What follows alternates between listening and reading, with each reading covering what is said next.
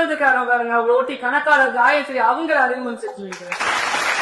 அந்த அம்மா ஒரு 90 கிட்ஸுங்க. அந்த அம்மா வரும்போதே புலம்புன்னு புலம்புது. ஏன்னா அவ சூக்கையா புறக்கலை.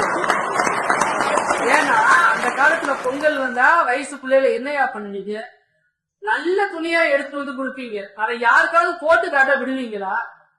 இருட்டுல பிறகு சாயந்தரமா தலையில ஒரு முக்காட போட்டு இந்த பக்கம் பாட்டி, இந்த பக்கம் மாவே, இந்த பக்கம் சித்தப்ப, இந்த பக்கம் தம்பி, 4 பேரும் பொத்தி வச்ச கோழி மாதிரி கூட்டிட்டு போய் கோழில சாமி கும்பிட வச்சு அப்படியே வீட்டுக்குள்ள கூட்டிட்டு வந்து வச்சிருக்கீங்க. இன்னைக்கு நாங்க என்ன பண்றாங்க கூக்கே கிட்ஸ் எல்லாம்?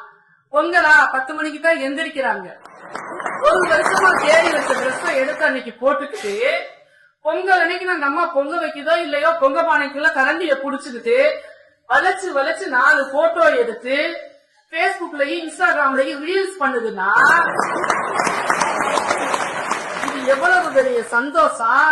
இந்த சந்தோஷம் பெண்களுக்கு அன்னைக்கு கிடைச்சிட்டாயா? 2K கிட்ஸ் எல்லாம் உண்மையிலேயே குடுத்து வச்சவங்கன்னு அந்த அம்மா சொல்றாங்க.